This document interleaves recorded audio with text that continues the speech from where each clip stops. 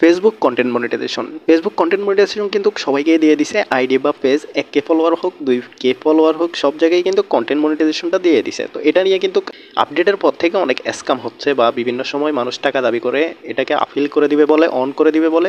কিন্তু সাধারণভাবে এই যে জিনিসগুলো এগুলো আপনারা নিজেরাই পারবেন, আর এটা কীভাবে অন করবেন এটা আপনারা নিজেরাই পারবেন।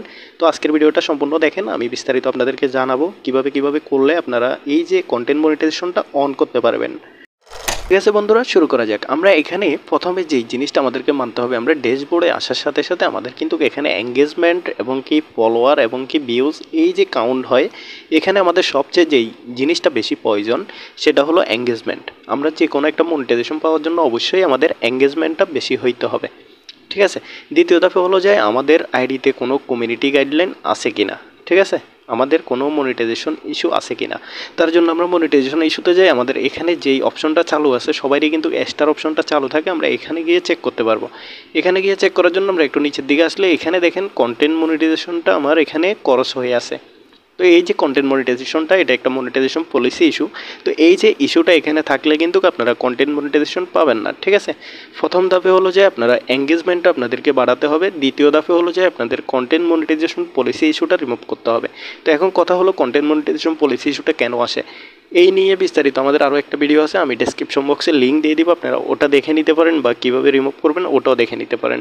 ঠিক আছে, তো এটা সাধারণত রিমুভ করার জন্য আপনাদের যে কন্টেন্টগুলোতে এই যে পলিসি ইস্যুটা আসছে সেই কন্টেন্টগুলো আপনাদেরকে খুঁজে বের করতে হবে এবং কি এগুলা রিমুভ করতে হবে। ঠিক আছে, তো এটা কিন্তু আমাদের ওকে থাকতে হবে 100%। ঠিক আছে, এটা কিন্তু মনোযোগের বিষয়, আমাদেরকে এখানে কিন্তু দেখতে হবে। আমরা আবেদন করব, কিন্তু আবেদন করার আগে আমাদেরকে যেই প্রসেসিংগুলো দেখতে হবে এগুলো অবশ্যই আমাদেরকে চেক করতে হবে। যেমন কি আমার এই যে অ্যাকাউন্টটা আমরা যেটাতে দেখাচ্ছি, এই অ্যাকাউন্টে আমাদের মাত্র ফলোয়ার হলো 934 জন। তো 934 জনেও কিন্তু আমাদেরকে ফেসবুক কন্টেন্ট মনিটাইজেশন অপশনটা দিয়ে দিছে। তো আমি যদি এখান থেকে কন্টেন্ট মনিটাইজেশনে ক্লিক করে আই এম ইন্টারেস্টে ক্লিক করে এখান থেকে সাবমিট করে দিই, আমাকে তো আর মনিটাইজেশন দিয়ে দিবে না।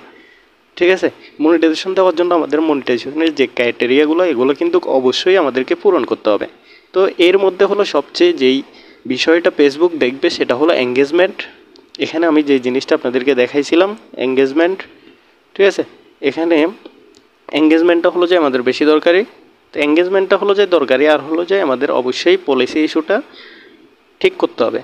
পলিসি ইস্যু এটা অবশ্যই ঠিক করতে হবে, এটা স্যার আপনারা আবেদন করবেন না। আপনারা অনেকেই আছেন যে হুটহাট করে আবেদন করে দিচ্ছেন, তো আবেদন করে কিন্তু লাভ হবে না। আপনাদেরকে আগে দেখতে হবে আপনাদের 4-5 হাজার ফলোয়ার হয়েছে কিনা এবং কি আপনাদের এঙ্গেজমেন্ট বেশি কিনা এবং কি আপনার কন্টেন্ট মনিটাইজেশন পলিসি ইস্যুটা ঠিকঠাক আছে কিনা।